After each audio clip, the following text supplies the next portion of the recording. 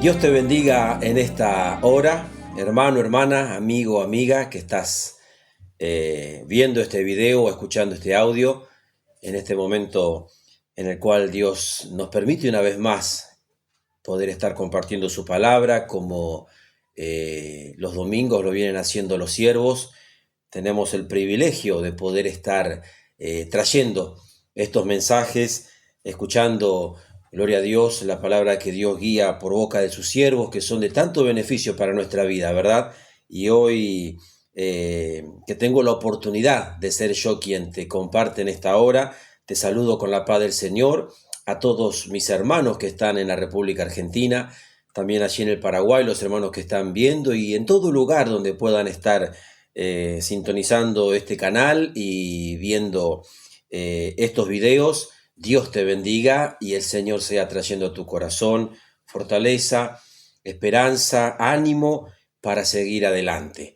Quiero compartir una palabra en esta hora, la cual se encuentra en el Salmo número 51.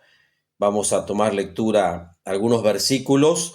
Desde el versículo 1 en adelante dice: Ten piedad de mí, oh Dios, conforme a tu misericordia, conforme a la multitud de tus piedades, borra mis rebeliones. Lávame más y más de mi maldad y límpiame de mi pecado, porque yo reconozco mis rebeliones y mi pecado está siempre delante de mí. Contra ti solo he pecado y he hecho lo malo delante de tus ojos, para que seas reconocido justo en tu palabra y tenido por puro en tu juicio. Y el versículo 10 dice: Crea en mí, oh Dios, un corazón limpio y renueva un espíritu recto dentro de mí. No me eches de delante de ti y no quites de mí tu Santo Espíritu. Vuélveme el gozo de tu salvación y espíritu noble me sustente. Amén. Hasta aquí por ahora la palabra.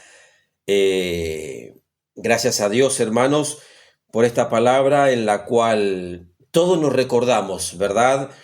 Este salmo en el cual el que lo escribe es el rey David, hace una clara manifestación dando a conocer que él había cometido un error, que él había fallado delante de Dios, y que en este salmo expresa de una manera tan sincera la situación en la que él se encontraba al darse cuenta de lo que había sucedido en su vida y al reconocer que solamente Dios es santo, recto, puro, justo.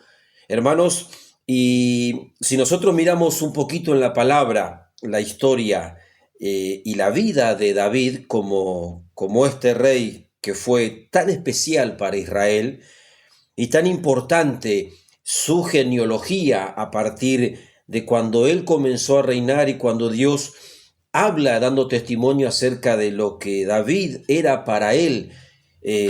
No habla Dios cuando da a conocer por primera vez el testimonio de lo que él tenía de David.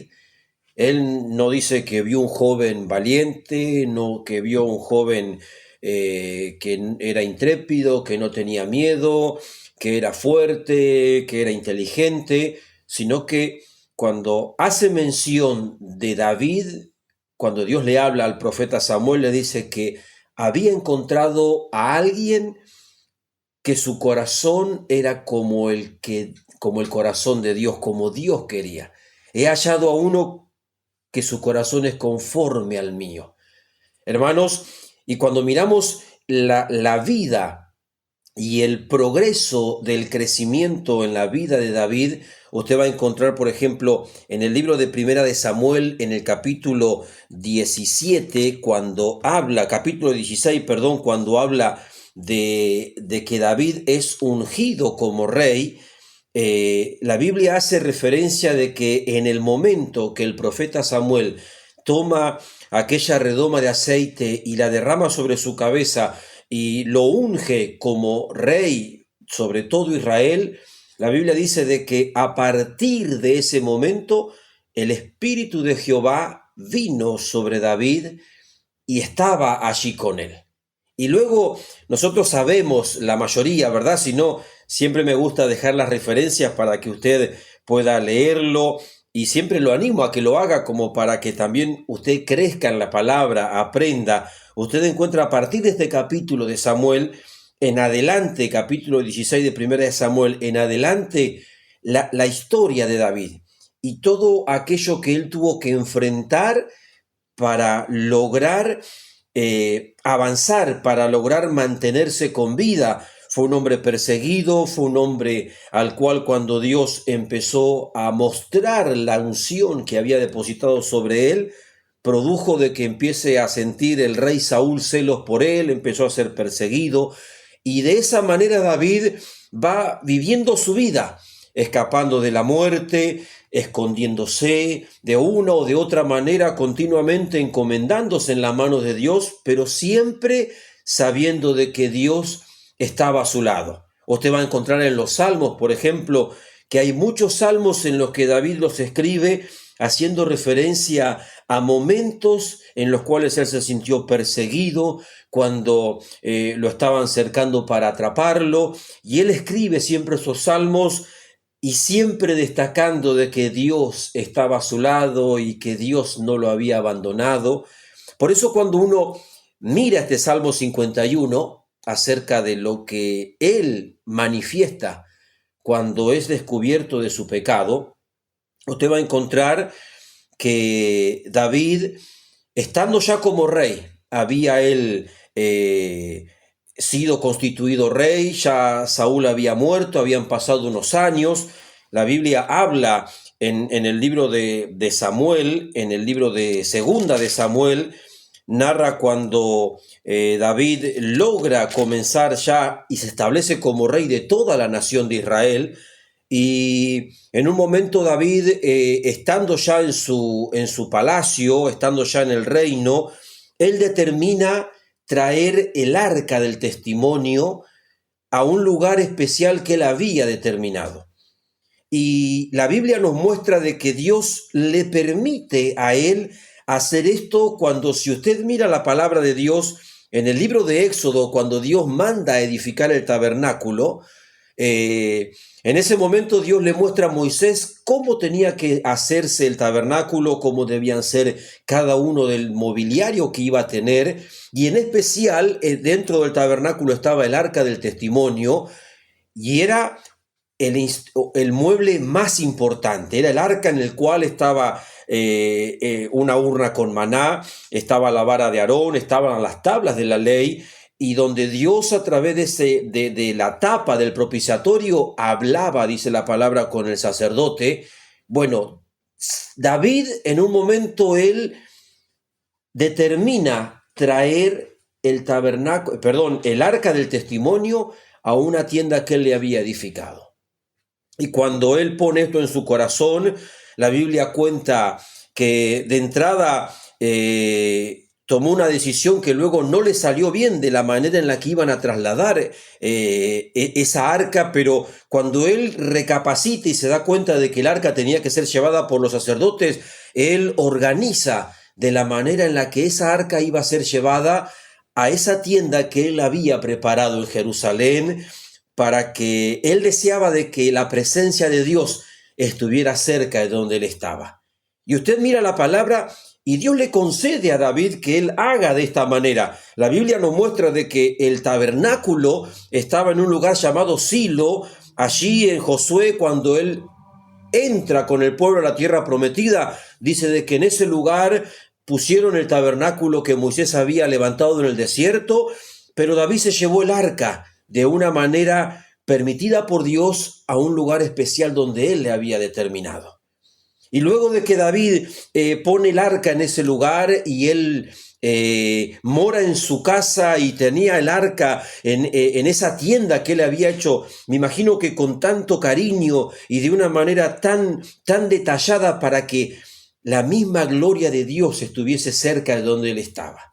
Dice la Escritura de que en un momento David determina, en 2 de Samuel capítulo 7 usted va a encontrar de que en un momento, dice la Biblia, David determina o considera que él estaba en su palacio, estaba en su residencia, en su morada, y en un momento él empieza a pensar y a considerar de que él vivía en un palacio con techo de cedro, decorado, y el arca del Dios, el arca de Jehová, el Dios de Israel, estaba bajo cortinas.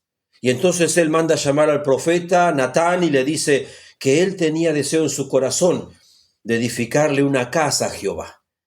Y usted encuentra en ese capítulo 7 de Segunda de Samuel que Dios le habla al profeta Natán y le dice de que David no le iba a edificar casa, pero que Dios iba a edificarle él casa a la familia de David. Y entonces establece ese pacto sobre el cual iba a llegar un día Jesucristo, nuestro Señor y nuestro Salvador. Y la Biblia habla de que cuando el profeta va al rey David y le manifiesta y le dice, mirá, Dios me habló anoche y me dijo de que tú no le vas a edificar casa.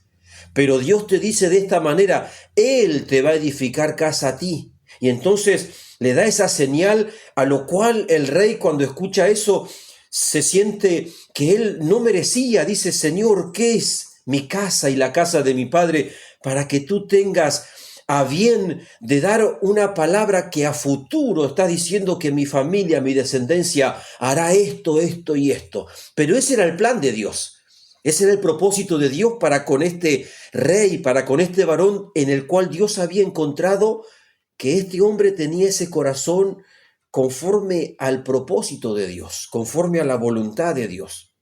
Y usted encuentra que David, teniendo esto en su vida y conociendo lo que Dios era y lo que Dios le había prometido y la promesa que Dios le había dado, dice la Escritura en 2 de Samuel en el capítulo 11, ya David estaba reinando algunos años en Israel.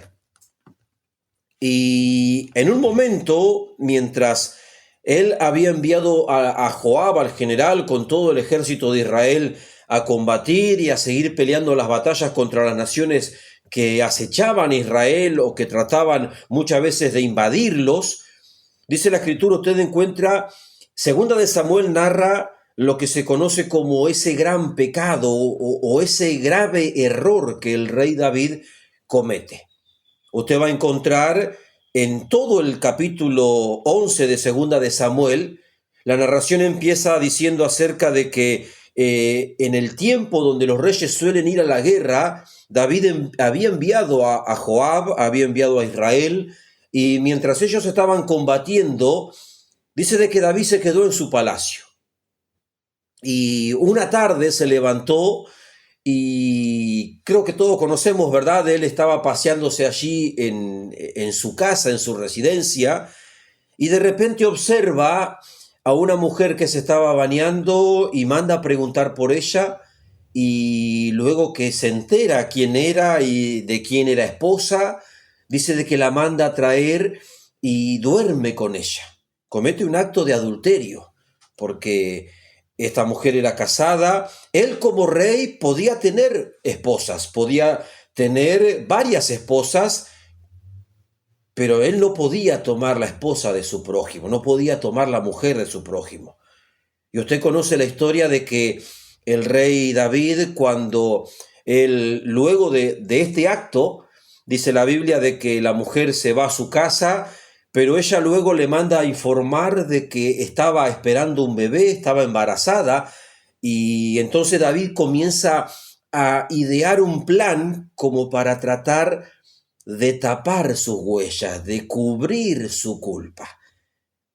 Y mientras él empieza a idear ese plan, la Biblia dice de que lo manda a llamar al esposo, que se llamaba Urías, y entonces trata de una o de otra manera de cubrir su culpa, tratando de disimular que aquí no pasó nada.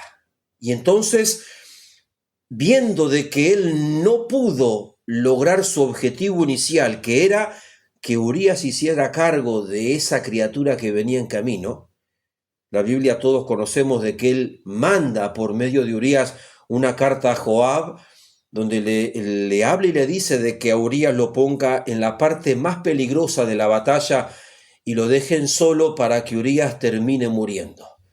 Pero usted encuentra en ese capítulo que luego de que todo este desenlace se da, la Biblia no nos dice el tiempo, pero usted imagínese de que en ese tiempo las guerras duraban años.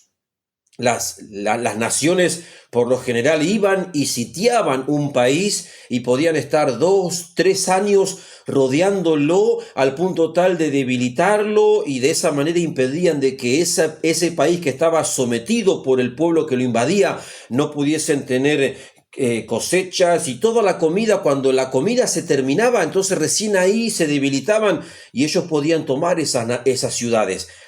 David dice de que el tiempo que Joab estuvo en el campo de batalla, tuvo tiempo suficiente para mandarlo a traer al esposo de Betsabé, para hacer todo lo que él trató de hacer y para mandarlo a que la misma espada del enemigo fuese la que lo ejecutase.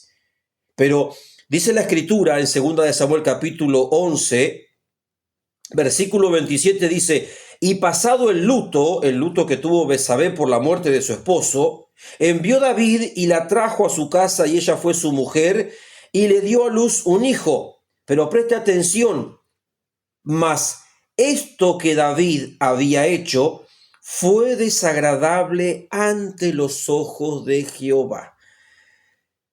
Y pareciera de que en todo el capítulo 11 Dios está como ausente de lo que David está haciendo. La Biblia no dice en un momento si David sintió pena, sintió culpa. Él ideó de una o de otra manera, hasta que la Biblia muestra de que todo esto que él había hecho era desagradable. Obviamente que era desagradable. Y entonces en el capítulo 12 usted encuentra esa narración donde Natán recibe esa revelación de parte de Dios de lo que el rey había hecho, y entonces va y lo confronta a David. Pero hay una cosa que Natán hace. La Biblia dice de que él va con una historia, con una supuesta historia de un problema que se había acontecido, para que David emitiera juicio acerca de aquello que estaba pasando. Y cuando David emite su juicio acerca de esa injusticia que Natán le cuenta, ahí es donde el profeta le manifiesta de que ese hombre que había cometido ese pecado, esa obra tan injusta y tan mala, era el mismo rey David.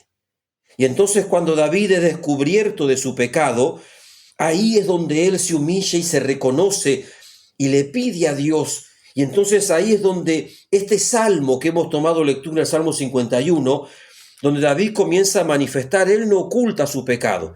Si usted mira la historia de la Biblia, él no le dice a Natán: bueno, Natán, está bien, soy culpable, me arrepiento, pero que esto quede en silencio. La Biblia tampoco manifiesta de que Natán haya ido a contarle a alguien.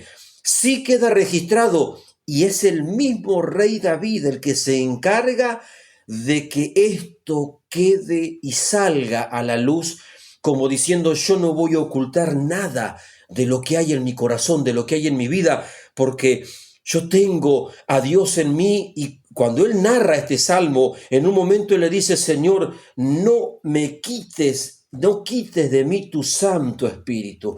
Y ahí es el punto, hermanos, sobre el cual nosotros como cristianos tenemos que recordarnos que el Espíritu Santo de Dios mora en nuestro corazón, está con nosotros, está para alentarnos, para ayudarnos. En el Salmo 19, en un momento David escribe y le pide a Dios diciendo: Señor, líbrame de los pecados que me son ocultos. Él reconoce de que puede haber situaciones en su vida, como las hay en mi vida, como la puede haber en tu vida, de que muchas veces cometemos errores de los que no nos damos cuenta de que estamos fallando. Si bien hay errores que podemos decir: bueno, pero es obvio de que esto está mal hecho. Y yo no estoy aquí para juzgar ni para decirte si estás haciendo esto bien o mal. Estoy aquí para mostrarte de que hay un Espíritu Santo de Dios que quiere habitar en nuestro corazón y que conforme a la promesa del Señor Jesús cuando Él dijo que Él iba a estar, no solamente iba a estar con nosotros, sino que iba a estar en nosotros, esa situación de que el Espíritu Santo esté en nosotros nos da la tranquilidad de que hay alguien que mora dentro nuestro que justamente está para darnos luz cuando las tinieblas quieren rodearnos y quieren llevarnos por un camino que no nos corresponde o que a Dios no le agrada. Hermanos, David, luego de que él comete todo este acto tan vil, tan bajo, porque no solamente cometió el adulterio, sino que fue partícipe intelectual del asesinato de un hombre, y él no lo oculta, él manifiesta todo lo que acontece. La Biblia dice de que el juicio que cayó sobre su casa fue terrible. ¿Por qué? Porque por causa de la altura en la cual Dios lo había puesto, por esa causa, él ahora iba a pagar una consecuencia terrible. Y si usted mira la historia de la Biblia, va a encontrar que su descendencia sufrió abusos, hubo muertes, hubo rebeliones y todo se suscitó dentro de su propia familia porque fue la sentencia que Dios le había hablado. Ahora, para nosotros, los que hoy nosotros estamos y tenemos al Espíritu Santo que mora en nosotros, usted puede decir, bueno, entonces, ¿podemos nosotros suponer de que es más grave para un pastor, para un diácono? Claro que sí. Pero hermano, la Biblia dice de que Dios a nosotros nos ve en alturas espirituales. No nos ve a nosotros algo inferior, algo bajo.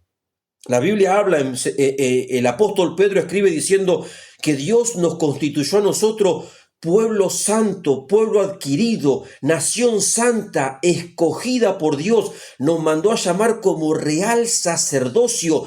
Y no dice que es solamente para los siervos, sino para cada uno de los que hemos creído en Él. Y yo y tú y todo aquel que oye o que está mirando, Dios lo ve como un pueblo especial. Dios nos está mirando como algo especial, como un tesoro especial, sobre el cual Él ha depositado de su presencia, de su vida. Hermanos, hoy vivimos una etapa de la vida del mundo en el cual vemos de que la palabra de Dios, paso a paso, parece de que nunca llega, pero cuando empezamos a considerar la Biblia y empezamos a evaluar lo que está aconteciendo, no solamente mirando lo que pasa en otra nación, los problemas, las guerras, sino en nuestra sociedad, a nuestro alrededor, esta persecución, esta frialdad que está habiendo, este abandono de las virtudes que el ser humano tiene para empezar a vivir vidas disenciosas y conflictos. Y hoy en día es todo motivo de pleito y de problema y situaciones donde usted puede decir antes la persona parecía que tenía cierto grado de tolerancia, hoy pareciera que no la hay. La Biblia dice de que en los últimos tiempos la maldad iba a crecer y nos muestra de que eso eran señales de que Cristo viene pronto. Ahora, yo le presenté inicialmente este salmo acerca de esta oración que David hace, acerca de este pedido de piedad delante de Dios. Dios es un Dios grande en misericordia. David dice en un momento que él tuviese piedad conforme a sus misericordias, que borrara sus rebeliones conforme a esas misericordias. Sabe de que cuando Dios lo unge a David y cuando Dios le da a David el pacto de que de su familia iba a haber una descendencia de reyes por toda la eternidad, y ahí involucraba que Jesús iba a venir de esa descendencia real, en un momento él le dice de que Dios no iba a borrar sus misericordias para con su familia, como quitó su misericordia para con el que fue antes que él. Esto fue el rey Saúl, como haciéndole notar, de Saúl Dios le quitó la misericordia. Dios no mostró más misericordia con él, pero con David le dijo que no la iba a quitar. Ahora nosotros que hemos creído en Jesucristo, esa misericordia que habla la Biblia, también está en beneficio nuestro, pero hay una tarea que usted y yo tenemos que hacer cada día de nuestra vida. Pedirle a Dios, Señor, ayúdame a caminar en integridad. Señor, ayúdame a caminar en rectitud. Hoy en día se utiliza mucho el hecho de decir, bueno, Dios es amor, entonces como queriendo minimizar aquella condenación que la Biblia habla que viene sobre el mundo. Jesús, cuando habla muchas veces acerca de lo que iba a ser el rey en el tiempo final, los que serán echados fuera, dice de que sería el lloro y crujir de dientes, pero muchas veces no se quiere hablar acerca de esa salvación. Se habla así de la salvación, pero no del peligro que hay cuando uno no entrega su vida a Cristo. Y Dios quiere de que nosotros todos los días caminemos en esa verdad delante de Él. Mire lo que dice la Biblia en el libro de Efesios. Efesios capítulo 5.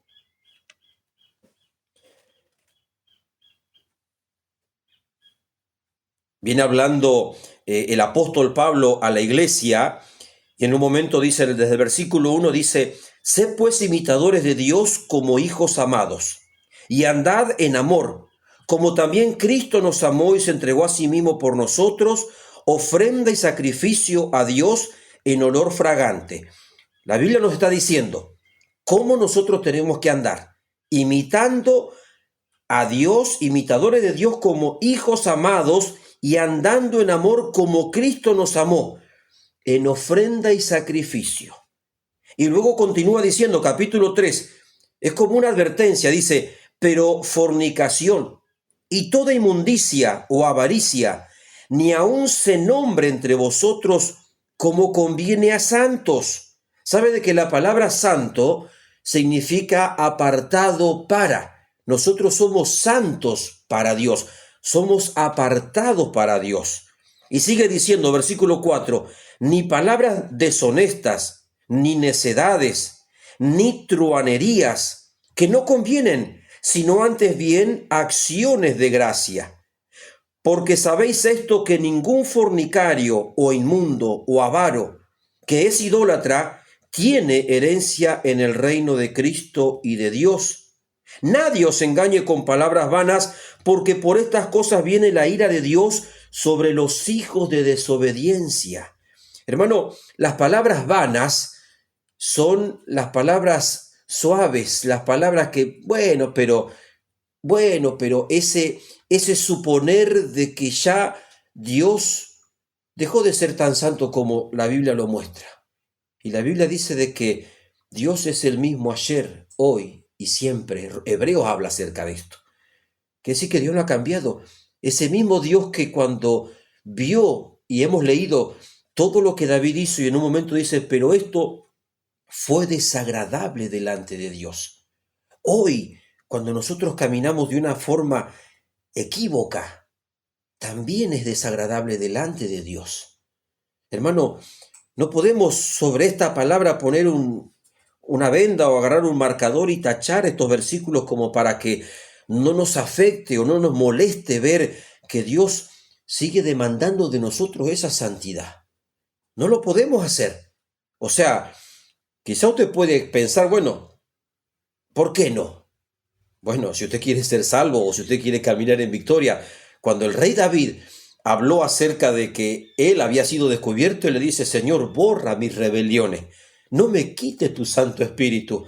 Esa expresión habla de que él estaba totalmente arrepentido. No era un arrepentimiento de que, bueno, está bien, me equivoqué. No, era, Señor, yo soy culpable. Señor, mía es la necedad. Y cuando él vio la mano de Dios en muchas ocasiones obrando un castigo contra la nación de Israel, en varias ocasiones él siempre decía, Señor, yo pequé, la culpa es mía. No tomes represalia contra tu pueblo. Él siempre reconocía de que él había fallado. Bien, ese es el corazón arrepentido. Ese es el corazón que reconoce. Ahora Dios nos habla por su palabra cómo nosotros tenemos que caminar.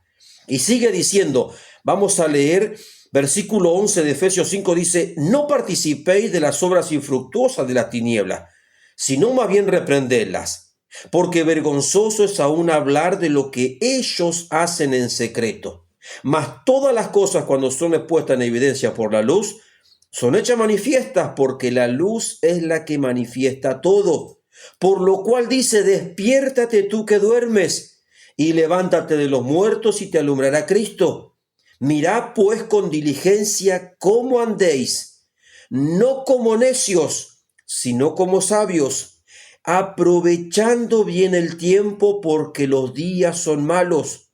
Por tanto, no seáis insensatos, sino entendidos de cuál sea la voluntad del Señor.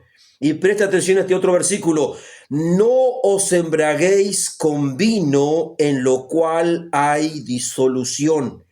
Antes bien, sed llenos del Espíritu. Amén. Del Espíritu Santo está haciendo referencia. La Biblia nos viene advirtiendo de aquellas cosas que nosotros tenemos que cuidarnos. Y muchas veces, hermano, a mí de joven yo veía imposible poder superar un montón de obstáculos y de situaciones que estaban de forma natural en mi carne, en mi naturaleza. Y yo, cuando me encontraba meditando en lo que tenía que enfrentar, sentía de que no, yo soy incapaz, no voy a poder. No, Dios demanda esto y lo otro, pero si yo no puedo, si yo soy débil. Y esa naturaleza la tenemos todos, una naturaleza débil. Recuerde de que usted tiene una naturaleza caída, que no puede usted presentarse diciendo: Señor, así como soy, yo sé que te agrado. No. Dios nos ve con agrado cuando ve la sangre de Cristo derramada en nosotros. Pero fíjese que la Biblia dice: no os embriaguéis con vino, en lo cual hay disolución. La palabra disolución hace referencia a liviandad. Disolución es a mezclarse. Cuando usted disuelve algo, es algo de que, bueno, soy igual que los demás. No. Dios nos dice que debemos ser llenos del Espíritu. En el cristiano hay una diferencia, hermano, y ahí es donde radica tu victoria, donde radica mi victoria. En esa llenura del Espíritu Santo, la cual te puede llevar a la victoria cada día frente a cada debilidad, frente a cada prueba, frente a cada obstáculo. Sé que hay situaciones que pueden ser más difíciles que otras. Siempre pienso en lo que muchos de mis hermanos pasan, en problemas, en dificultades, y cuando considero, digo: Señor, la verdad que lo que están pasando mis hermanos son cosas terribles, yo no las he pasado, y me doy cuenta de que a cada uno en Dios, el mismo Dios, les va dando la fuerza para superar. Yo no puedo ponerme a medir con lo que está pasando otra persona, porque Dios no nos mira de esa manera. Dios nos ve a nosotros y demanda de nosotros que caminemos en esa rectitud, en esa santidad, en esa obediencia. ¿Por qué? Porque Cristo vino para morir por tus pecados, para darte esperanza, para darte victoria. Él vino para que tú ya no vivas en esa debilidad. Hermano, Saúl fue un rey ungido por Dios, pero sin embargo fue desechado luego porque su corazón no era recto. Ahora, uno puede pensar y decir: Señor, ¿y será que mi corazón es recto? Bueno, Cristo, por medio de su Espíritu Santo, te puede dar la victoria para que tu corazón sea recto. Pero entiende esto: esa rectitud habla de obediencia, de honestidad, de sinceridad para con el Señor. Dios tiene una victoria para tu vida. Siempre se dice: no, Dios te va a dar victoria. Claro que si yo lo creo, digo amén. Pero la Biblia me da las pautas para que yo camine en esa victoria. Recuerde para que la promesa para con Israel, cuando ellos iban a tomar la tierra prometida, Dios le dijo: y estas bendiciones te seguirán y te alcanzarán. Quiere decir de que Israel no iba a ir buscando las bendiciones. Si ellos caminaban en obediencia, las bendiciones de Dios las iban a ir alcanzando. Y te hago una pregunta para que tú lo medites, así como yo lo he meditado muchas veces, y en ocasiones, por lo general, cuando me acuesto por las noches, pienso y digo: Señor, gracias porque me has dado esto, me has dado aquello otro, y en todo lo que Dios veo que la bendición de Dios está y permanece. Y la mayor bendición es sentir esa paz que el Espíritu Santo trae, esa comunión. Hermano, por eso David llegó a decir, Señor, no quites de mí tu Santo Espíritu. Él sabía, él había visto a Saúl atormentado por demonio, él había sido aquel muchachito que con su instrumento tocaba y el demonio lo dejaba a Saúl y el tormento se iba. Él sabía en primera persona lo que era una persona que había perdido la comunión con el Espíritu de Dios. Hermano, y cuando está el Espíritu de Dios, la paz de Cristo te muestra, llega a tu corazón, a tu vida. La mayor promesa que Jesús dijo, mi paz os dejo, mi paz os doy.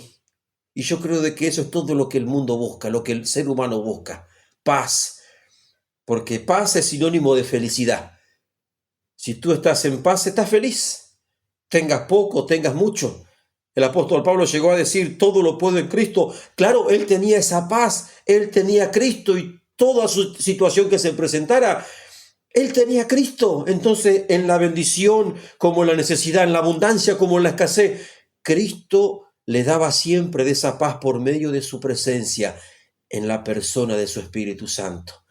Y en esta hora, yo no sé si me estás escuchando, viendo de mañana, de tarde, de noche, no sé si lo estás haciendo pasando una tribulación o un momento tranquilo, pero sea la situación que estés pasando, hay una paz y hay una llenura que el Espíritu Santo quiere traer a tu corazón, a tu vida. Una vuelta escuché una representación, una imagen acerca de esto, de ser lleno del Espíritu, y me sirvió tanto porque me dejó meditando de cómo trabaja esa llenura del Espíritu, y era como esta copa que usted ve aquí sobre la mesa. Si esta copa tuviese el agua hasta el borde, y se siguiese añadiendo agua, ¿qué va a pasar? Se va a caer, se va a desparramar. ¿Por qué? Porque no tiene más soporte la copa para seguir llenándola. Bueno, cuando uno es lleno del Espíritu y sigue llenándose con el Espíritu, el ejemplo que el pastor puso fue, viene una tierra, viene algo que vuela por el aire o un insecto y cae arriba de la copa, pero como el agua sigue entrando, eso hace de que eso no pueda sumergerse y se cae. Así es con nuestra mente, así es en nuestro pensamiento. El enemigo viene con alguna tentación, viene con su persecución, viene con basura o con lo que él quiere contaminarte. Muchas veces viene con cosas del pasado, y algo que nosotros tenemos que entender como cristiano es de que el Señor ha hecho nueva todas las cosas y Él tiene poder para en tu pasado sanarte de ese problema o de aquello que te afectó. Satanás, él siempre se va a agarrar de todas nuestras debilidades, de nuestros errores. La Biblia no lo dice, pero yo me imagino el peso que habrá sentido David cuando venía un problema y el enemigo tratando de hacerle mostrar que él había pecado, que él era culpable. Y pienso, porque conmigo lo ha hecho, de sentirme miserable, de sentirme vacío, cuando uno empieza, ¿qué cosa? A recordar lo malo sin recordar la misericordia que Cristo ha obrado. Porque cuando usted viene el pensamiento malo, si es por medio del Espíritu, Corintios dice de que cuando viene la tristeza de parte de Dios es para arrepentimiento, ¿para qué? Para vida. Bueno, el Espíritu de Dios es el que produce esa llenura constante.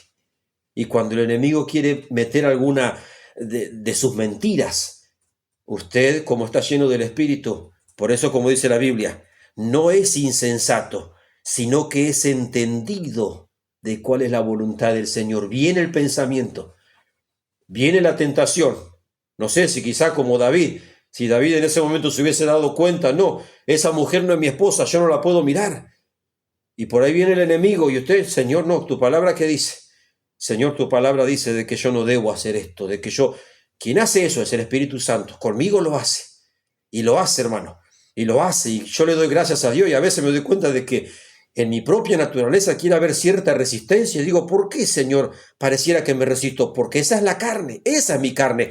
Pero cuando uno ahí le dice, no, Señor, en el nombre de Jesús, que tu Espíritu Santo me dé, Señor, la fuerza que ahora yo siento que no la tengo, pero tú eres más fuerte. Señor, no es mi fuerza, sino que es tu victoria. No es con mi capacidad, sino es con tu victoria. Y ahí el Espíritu Santo te da la fuerza.